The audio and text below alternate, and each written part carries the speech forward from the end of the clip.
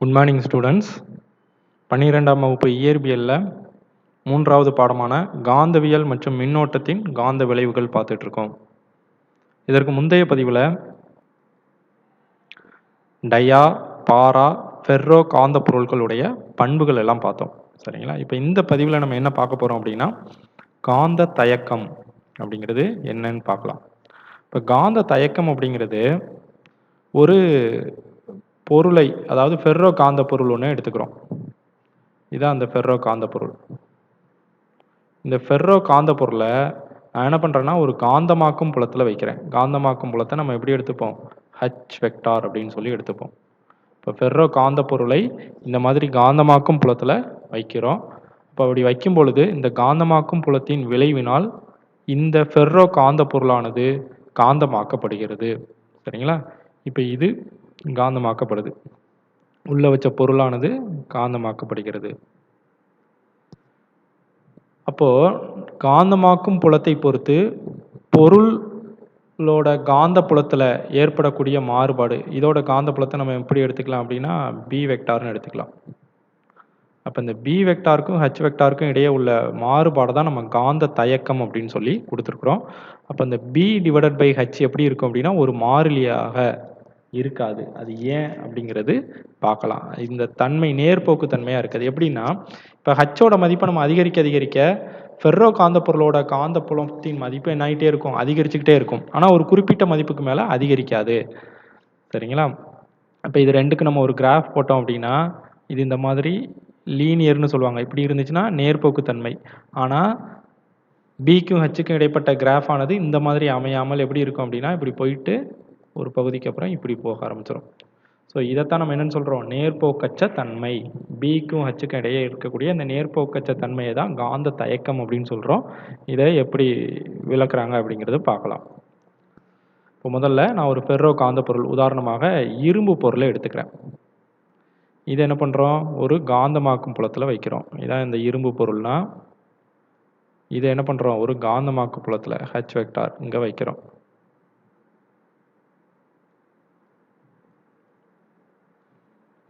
இப்போ காந்தமாக்கும் புலத்தின் ஹச்சோட மதிப்பு அதை நான் என்ன பண்ணுறோம் அப்படின்னா மெதுவாக அதிகரிக்கிறேன். அப்போ என்ன ஆகும் அப்படின்னா இந்த இரும்பு பொருளோட காந்த புலமும் அதிகரிக்க ஆரம்பிக்கிறது. இப்போ இது எவ்வளோ தூரம் அதிகரிக்குமோ அந்த அளவுக்கு இதுவும் அதிகரிச்சுக்கிட்டே போகும். ஆனால் ஒரு குறிப்பிட்ட புள்ளிக்கு மேலே ஹச்சோட மதிப்பை, காந்தமாக்கும் புலத்தோட மதிப்பை நீங்கள் என்ன தான் அதிகரித்தாலும் இந்த இரும்பு பொருளோட காந்த புலத்தோட மதிப்பு ஒரு உச்ச நிலை, தெவிட்டிய நிலையை அடைஞ்சிடும். அதுக்கப்புறம் அதால் பியோட மதிப்பு அதிகரிக்க இயலாது. இந்த நிலையை நம்ம தெவிட்டிய நிலை அப்படின்னு சொல்லுவோம். சரிங்களா? இப்போ இதை வரைபடத்தில் பாருங்கள். இது பிங்கிறது இரும்பு பொருளோட காந்தப்புலம். இப்போ இரும்பு பொருளோட காந்தப்புலம் தொடக்கத்தில் எப்படி இருக்குது?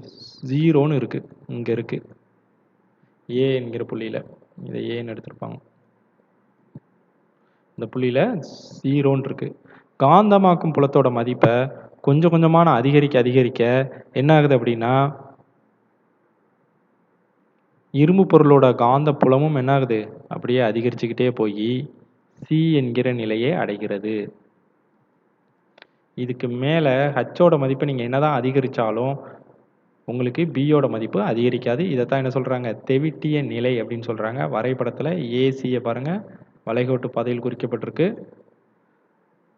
சரிங்களா? காந்தமாக்கு புலத்தை செலுத்தும் போது பொருள் அடையும் பெரும காந்தத்தன்மை. இதுக்கு மேலே பொருள் என்ன பண்ணாது? காந்தத்தன்மையை பெற இயலாது. இந்த காந்தத்தன்மையை தான் நம்ம என்னன்னு சொல்கிறோம்?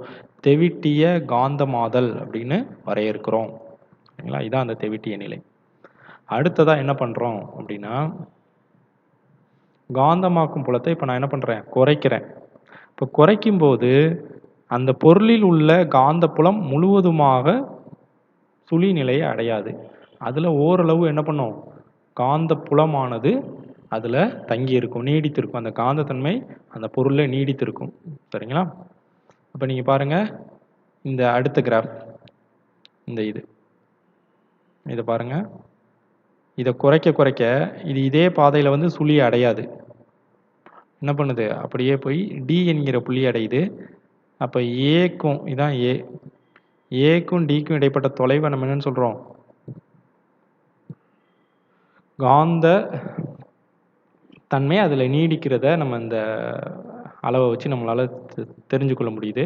ஹச்சோட மதிப்பை 0ன்னு கொண்டு வந்ததுக்கு அப்புறமும் காந்தமாக்கும் புலத்தை நம்ம சுழி ஆக்கியாச்சு. ஆனாலும் இரும்புல என்ன இருக்கும், ஓரளவு காந்தத்தன்மை நீடித்திருக்குது. இதைத்தான் இதில் நம்ம கொடுத்துருக்குறாங்க. இப்போ இதை பார்த்தீங்க அப்படின்னா உங்களுக்கு தெரியும். இந்த காந்தத்தன்மை என்ன சொல்லுவாங்க, காந்த தேக்குத்தன்மை அல்லது காந்த தேக்குத்திறன் அப்படின்னு சொல்லுவாங்க. அதாவது காந்தமாக்கும் புலம் இதிலிருந்து இருந்து எழுதணும். காந்தமாக்கும் புலம் மறைந்த நிலையிலும், அதாவது ஹச்சோட மதிப்பை எதுக்கு கொண்டு வந்துட்டோம், 0க்கு கொண்டு வந்ததுக்கு அப்புறமும் பொருளில் காந்தத்தன்மை தக்க வைக்கும் திறன், அதைத்தான் காந்த தேக்கு திறன் அப்படின்னு சொல்றாங்க. இதுல ஏடிங்கிறது தான் என்னது, காந்த தேக்கு திறன். அடுத்ததான் என்ன பண்றோம், ஹச்சோட மதிப்பை எதிர் திசையில அதிகரிச்சுக்கிட்டு போறோம். இப்போ எதிர் திசையில அதிகரிக்கும் பொழுது என்ன ஆகுது அப்படின்னா, அதுல தேங்கி இருக்கக்கூடிய காந்த தன்மையானது அப்படியே குறைஞ்சிக்கிட்டே வந்து எதுக்கு வந்துடுது, சுழி மதிப்பை அடைகிறது. இப்போ எந்த ஹச் மதிப்பிற்கு காந்தப்புலத்தின் மதிப்பு சுழி ஆகிறதோ அதைத்தான் என்ன சொல்றாங்க, காந்த நீக்கு திறன் அப்படின்னு சொல்றாங்க. இதுக்கு பேரு காந்த நீக்கு திறன். இந்த புள்ளியில தான் என்ன ஆகுது, அதுல தேங்கி இருக்கக்கூடிய காந்தத்தன்மை முழுவதும் சுழி அடையுது. சரிங்களா, அதுதான் என்ன கொடுத்துருக்காங்க, டி. அப்படி டியில இருந்து இது வரைக்கும் உள்ள பாதை இ, டியில இருந்து இ வரைக்கும் உள்ள பாதை தான் என்னது, இந்த காந்த தேக்கு திறன் கொஞ்சம் கொஞ்சமாக குறைஞ்சிக்கிட்டே வருது. எப்போ குறையும் அப்படின்னா, ஹச்சுக்கு பதிலாக ஹச்சோட மதிப்பை எதிர் திசையில் அதிகரிக்கிறோம். அதிகரிக்கும் பொழுது என்ன ஆகுது, நமக்கு இந்த காந்த தேக்கு திறன் குறைஞ்சிக்கிட்டே வந்து பொருளில் காந்தத்தன்மை சுத்தமாக இல்லை, 0 ஆயிடுது. அதாவது பி இஸ் ஈக்குவல் டு என்னவா மாறிடுது, 0ன்னு மாறிடுது. இப்போ பியை 0க்கு கொண்டு வர்றதுக்கு நம்ம பயன்படுத்தக்கூடிய ஹச் மதிப்பை என்ன சொல்கிறோம், காந்த நீக்கு திறன் அப்படின்னு நம்ம சொல்கிறோம். அடுத்தது பாருங்க, எதிர் திசையில் இன்னும் நான் என்ன பண்ணுறேன், காந்தமாக்கும் புலத்தை அதிகரிச்சுக்கிட்டே போகிறேன். அப்போ அதிகரிக்க அதிகரிக்க மீண்டும் என்ன ஆகுது, காந்தப்புலத்தின் மதிப்பானது, பொருளில் உள்ள காந்தப்புலத்தின் மதிப்பானது சுழியிலிருந்து என்ன ஆகுது, அப்படியே அதிகரித்து எதிர் திசையில் வந்து இந்த இடத்துல எஃப் என்கிற புள்ளியில் இப்போ தெவிட்டிய நிலையை அடைகிறது.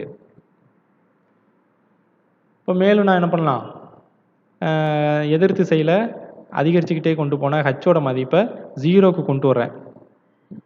இப்போ 0 கொண்டு வரும் பொழுது பொருளில் உள்ள காந்தத்தன்மை 0க்கு வராமல் ஜி என்கிற புள்ளியை அடைகிறது. இப்போ ஏலேருந்து ஜி வரைக்கும் உள்ள அந்த பகுதியை நம்ம என்னன்னு சொல்லுவோம், காந்த தேக்குத்திறன். ஓரளவு காந்தத்தன்மை அந்த பொருளை இப்போ நீடிக்குது. மறுபடியும் நேர் திசையில் காந்தமாக்கும் புலத்தின் மதிப்பை அதிகரிக்கும் பொழுது கே என்கிற புள்ளியில் பொருளின் காந்தத்தன்மையானது சுழி மதிப்பை அடைகிறது.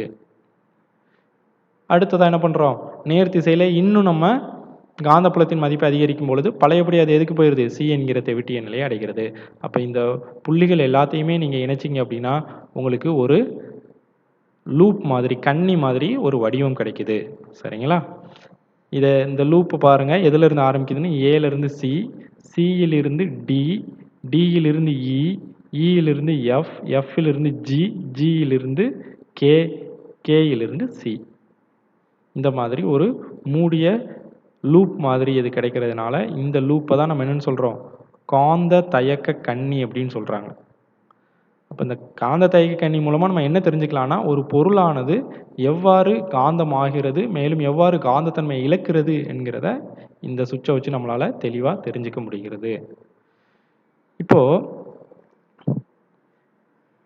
இந்த முழு சுவிட்சிலையுமே நீங்கள் பார்த்தீங்க அப்படின்னா, முதல்ல பாருங்கள், இந்த புள்ளிக்கு மேலே பி மதிப்பு உயர முடியவில்லை, ஆனால் ஹச் மதிப்பு அதிகரிச்சுக்கு. அப்போ எப்போதுமே ஹச்சோட மதிப்பானது முன்னோக்கி முன்னாடி இருக்குது, பி ஆனது அதுக்கு பின்தங்கியே தான் இருக்குது. இப்போ எப்பொழுதுமே இந்த சுவிட்ச் முழுவதும் பி ஆனது காந்தமாக்கும் புலம் ஹச்சை விட பின்தங்கி தான் உள்ளது. இந்த பின்தங்குற நிகழ்ச்சியை தான் நம்ம என்னன்னு சொல்கிறோம், காந்த தயக்கம் அப்படின்னு சொல்கிறோம். சரிங்களா, தயக்கம்னாலே என்னது தான், பின்தங்குதல். அதனால தான் இதை காந்த தயக்கம் அப்படின்னு சொல்கிறாங்க. காந்தமாக்கும் புலத்திற்கு, அதாவது காந்தமாக்கும் புலத்தை ஹச்சுன்னு சொல்கிறோமா, அந்த காந்தமாக்கும் புலம் ஹச்சை விட பொருளோட காந்தப்புலமானது பின்தங்கி தான் அமைந்திருக்கு. அதனால தான் இதை காந்த தயக்கம்னு சொல்கிறோம். அடுத்து தயக்க இழப்பு, இது ஒரு 2 மார்க்கில் கேட்பாங்க. தயக்க இழப்பு அப்படிங்கிறது, ஒரு பொருளை நான் என்ன பண்ணுறேன், காந்தமாக்குறேன். இப்போ காந்தமாக்கும் பொழுது வெப்ப வடிவில் ஆற்றல் இழக்கப்படுகிறது. இந்த ஆற்றல் இழப்பை தான் நம்ம என்னன்னு சொல்கிறோம், தயக்க இழப்பு அப்படின்னு சொல்கிறோம். எதனால் அதில் வெப்ப வடிவில் ஆற்றல் இழக்கப்படுகிறது அப்படின்னு பார்த்தீங்க அப்படின்னா, முதல்ல காந்தமாக்கும் புலம் ஒரு திசையில செலுத்தப்படும் பொழுது பொருளில் உள்ள மூலக்கூறுகள் ஒரு திசையில் ஒருங்கமைக்கப்படும். வேறொரு திசைக்கு காந்தமாக்கும் புலத்தை வேறொரு திசைக்கு மாற்றப்படும் பொழுது பொருளில் உள்ள மூலக்கூறுகள் வேறொரு திசையை நோக்கி ஒருங்கமைக்கப்படும் பொழுது இந்த சுழற்சி ஒருங்கமைவினால் வெப்ப ஆற்றல் வெளிப்படுகிறது. இந்த ஆற்றலை தான் நம்ம என்னன்னு சொல்றோம்? தயக்க இழப்பு அப்படின்னு சொல்றோம். இப்போ ஓரலகு பருமனுக்கான ஆற்றல் இழப்பானது தயக்க கண்ணியின் பரப்பிற்கு சமம் அப்படின்னு சொல்லி கண்டுபிடிச்சிருக்காங்க. ஓகே. இப்போ இந்த தயக்க கண்ணியோட காந்த தயக்க கண்ணியின் வடிவத்தை வச்சு நம்ம அதோட பயன்பாடு அப்படின்னு பார்த்தோம் அப்படின்னா, இந்த தயக்க கண்ணியின் வடிவத்தை பொறுத்து ஃபெர்ரோ காந்த பொருட்கள், குறைந்த பரப்புடைய மென்காந்த பொருட்கள் மற்றும் அதிக பரப்புடைய வன்காந்த பொருட்கள் என வகைப்படுத்தியிருக்காங்க. பொருளை 3 வகையா வகைப்படுத்துறாங்க. எதை பயன்படுத்தி அப்படின்னா, இந்த காந்த தயக்க கண்ணியை பயன்படுத்தி. ஒண்ணு என்ன அப்படின்னா, ஃபெர்ரோ காந்த பொருள்னு ஒண்ண வகைப்படுத்துறாங்க. அடுத்ததா குறைந்த பரப்புடைய மென்காந்த பொருட்கள், அதிக பரப்புடைய வன்காந்த பொருட்கள். அது என்ன சார்? இப்போ இதுல 2 கண்ணி இருக்கு. இதுல ஒரு பரப்பு பாருங்க ரொம்ப மெல்லிய பரப்பா இருக்கு. ப்ளூ கலர்ல இருக்கிறது. இது ரொம்ப மெல்லிய பரப்பா இருக்கு. இப்படி காந்த தயக்க கண்ணியோட பரப்பு மிக மிக குறைவாக இருந்தா அது வந்து மென் காந்த பொருட்கள் அப்படின்னு சொல்லுவாங்க.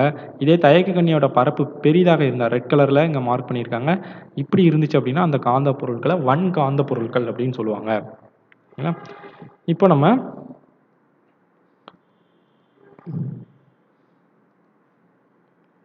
வன் மற்றும் மென்காந்த பொருட்கள்லாம் என்னன்னு பார்க்கலாம். இப்போ நான் சொன்ன மாதிரி வடிவத்தை பொறுத்து, கண்ணியோட வடிவத்தை பொறுத்து என்ன சொல்லிக்கலாம்?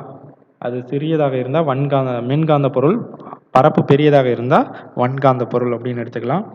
இப்போ இதோட ஒப்பீடு பாருங்க, பண்புகள் பாருங்க. புற காந்த புலத்தை நீக்கும் பொழுது மென் காந்த பொருள் மற்றும் ஃபெர்ரோ காந்த பொருள்ல காந்தத்தன்மையை மறைந்து விடும்.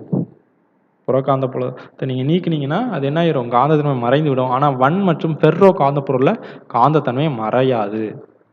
தயக்க கண்ணியின் பரப்பு இதுல சிறியதா இருக்கும், இதுக்கு பெரியதாக இருக்கு. காந்த தேக்குத்திறனின் மதிப்பு மென் மற்றும் ஃபெர்ரோ காந்த பொருட்களுக்கு குறைவாகவும் வன் மற்றும் ஃபெர்ரோ காந்த பொருட்களுக்கு அதிகமா இருக்கும்.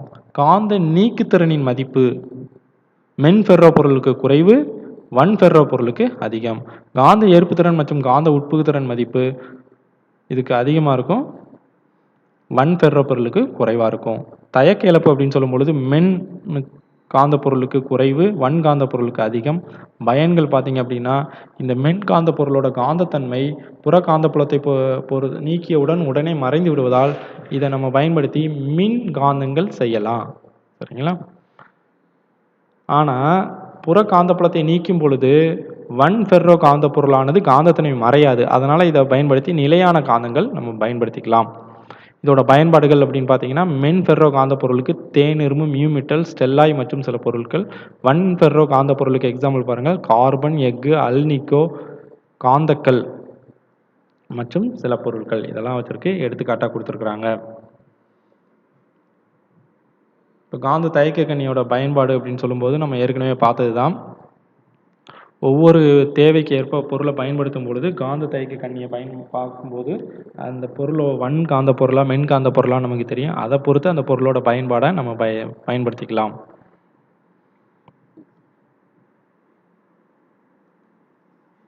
இப்போ மின்மாற்றி அதோட உள்ளகம் எதால இருக்கும் அப்படின்னா, அதோட உள்ளகத்துக்கு தேவைப்படக்கூடிய பொருளோட பண்பு எப்படி இருக்கணும்னா, அதிக தொடக்க காந்த ஏற்புத்திறன் இருக்கணும்.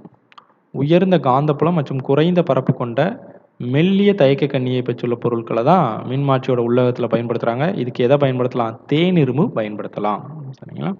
இப்போ இதை பயன்படுத்தி ஒரு கணக்கு கொடுத்துருக்காங்க பாருங்க. எக்ஸ், ஒய், இசட் என்ற 3 காந்த பொருட்களின் காந்தமாகும் செறிவு மற்றும் செலுத்தப்படும் காந்தப்புல செறிவு இவற்றிற்கு இடையேயான வேறுபாட்டை பின்வரும் வரைபடம் காட்டுகிறது. ஹச்சுக்கும் எம்முக்கும் இடையில ஒரு வரைபடம் கொடுத்துருக்காங்க. இந்த வரைபடத்தின் சரிவானது காந்த ஏற்புத்திறனை கொடுக்கும். சை-எம்மோட மதிப்பு அதை கணக்கிட போகிறோம். இப்போ முதல் பொருள் எக்ஸ்ன்னு எடுத்துக்கிறோம். அந்த பொருளுக்கு பாருங்க, இதான் எக்ஸ். எப்படி இருக்கு அப்படின்னா நேர்குறி சரிவு தான் இருக்கு. அப்போ அதிக மதிப்புடையது. இது ஒரு ஃபெர்ரோ காந்த பொருள், நம்ம இதை எடுத்துக்கலாம். சை-எம்மோட மதிப்பு அதிகமாக இருக்கும். அதே போல பொருள் ஒய்க்கு பாருங்க, இதான் பொருள் ஒய். இந்த மாதிரி இருக்கு. இதுவும் நேர்க்குறி சரிவு தான். ஆனா எக்ஸ் பொருளை விட குறைந்த மதிப்புடையது. இந்த கிராஃப்ல நீங்க பார்த்தீங்கன்னா, இது ரொம்ப குறைந்த மதிப்பா இருக்கு. அதனால இத பாரா காந்த பொருளா எடுத்துக்கலாம். அடுத்து இசட் பாருங்க. தொடக்கத்துல எம் மதிப்பு அதிகமா இருக்கு. ஹச்ச அதிகரிக்க அதிகரிக்க எம் என்ன ஆயிட்டே இருக்கு? குறைஞ்சுக்கிட்டே இருக்கு. அப்ப இது எதிர்க்குறி சரிவுன்னு எடுத்துப்போம். இது ஒரு டயா காந்த பொருள். சரிங்களா? ஓகே. இப்ப இதுல உங்களுக்கு ஏதாவது சந்தேகங்கள் இருந்துச்சு அப்படின்னா, இந்த நம்பருக்கு நீங்க கான்டாக்ட் பண்ணி கேட்டுக்கலாம். Thank you students.